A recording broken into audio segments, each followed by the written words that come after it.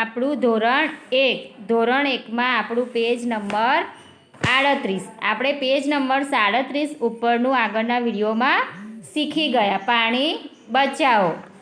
આજે આપણે એ જ પાઠ અધૂરો છે એ પૂરો કરવાનો છે. તો આપણે આજે જોઈશું સાગર. ચિત્ર જોવાનું કે કયા ચિત્રમાં પાણીનો બચાવ થઈ રહ્યો છે અને કયા ચિત્રમાં પાણીનો બગાડ થઈ રહ્યો છે. તો સાગર જુઓ, નાહવા માટે ડોલનો ઉપયોગ કરે છે. તો એ પાણીનું શું કરે છે? બચાવ કરે છે.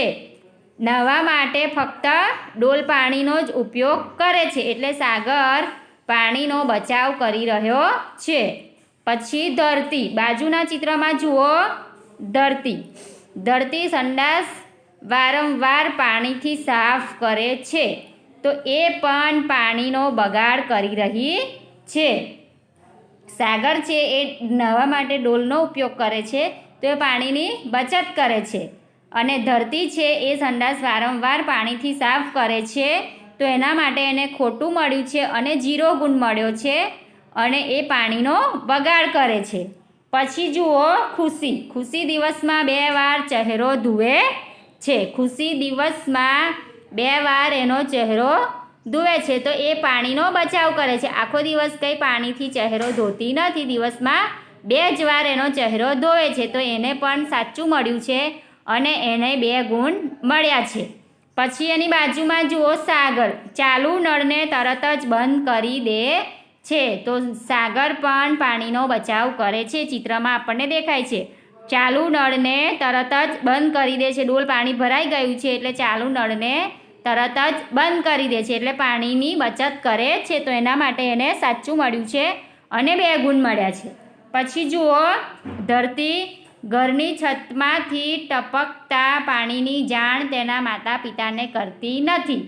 ધરતી છે તે ઘરની છતમાંથી ટપકતા પાણીની જાણ તેના માતા પિતાને કરતી નથી. તો એને જાણ કરવી જોઈએ ને કે પાણીનો બગાડ થઈ રહ્યો છે, તો એ છત પર પાણી નીચે આવે છે, તો એ પાણીનો બગાડ થઈ રહ્યો છે, તો એને એના માતા પિતાને જાણ કરવી જોઈએ. તો એ નથી કરતી, તો એના માટે એને ખોટું મળ્યું છે અને એનો 0 ગુણ મળ્યો છે.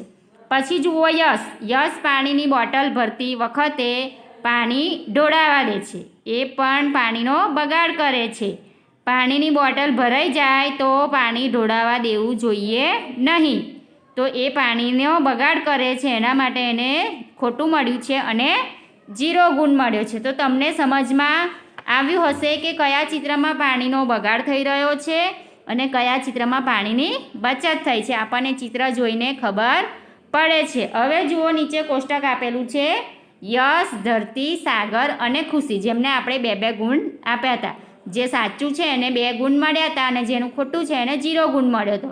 તો યશને કેટલા ગુણ મળ્યા છે? પાણીની બચત કરવા માટે યશને 2 ગુણ મળ્યા છે. કયા ચિત્રમાં? તો ફૂલ છોડને પાણી પાવા ઝરીનો ઉપયોગ કરે છે.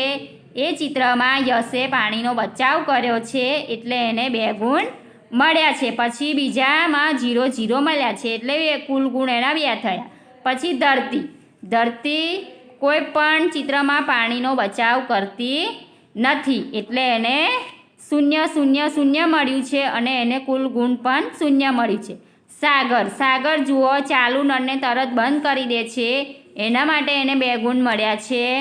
પછી બીજા ચિત્રમાં જુઓ, સાગરને નાહવા માટે ડોલનો ઉપયોગ કરે છે, એના માટે એને 2 ગુણ મળ્યા છે, એટલે સાગરને કુલ 4 ગુણ મળ્યા છે.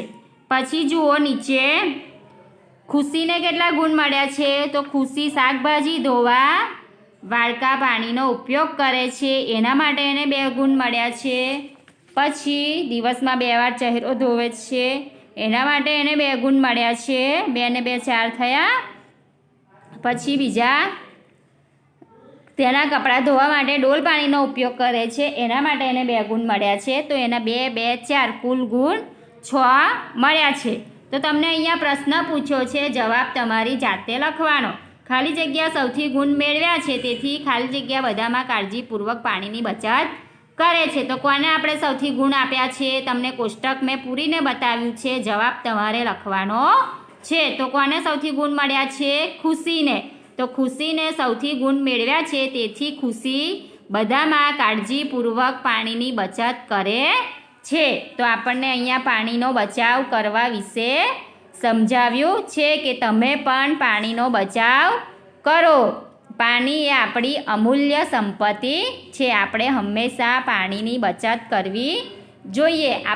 આપણા જીવનની દૈનિક ક્રિયાઓમાં આપણને પાણીની જરૂર પડે છે. આપણને નહાવા માટે, પછી સ્નાન કરવા માટે, રસોઈ બનાવવા માટે, સફાઈ કરવા માટે, દરેક ક્રિયાઓમાં આપણને પાણીની જરૂર પડે છે. તો આપણે હંમેશા પાણી બચાવવું જોઈએ. આપણે આપણા ભવિષ્ય માટે પણ પાણીનું ટીપું ટીપું બચાવવા પ્રયત્ન કરવો જોઈએ. તો આપણો પાઠ આજે અહીંયા પૂરો થાય છે. તમારે પાઠનું વાંચન કરવાનું અને ચિત્રો સમજવાના, અને નીચે કોષ્ટક મેં તમને પૂરીને બતાવ્યું છે, અને જવાબ તમને જે પ્રશ્ન એક પૂછ્યો છે એનો જવાબ તમારે તમારી જાતે લખવાનું છે. પેજ નંબર 38 પરનું આ છે આપણું આજનું લેસન. ચાલો, અલ્લાહ હાફિઝ.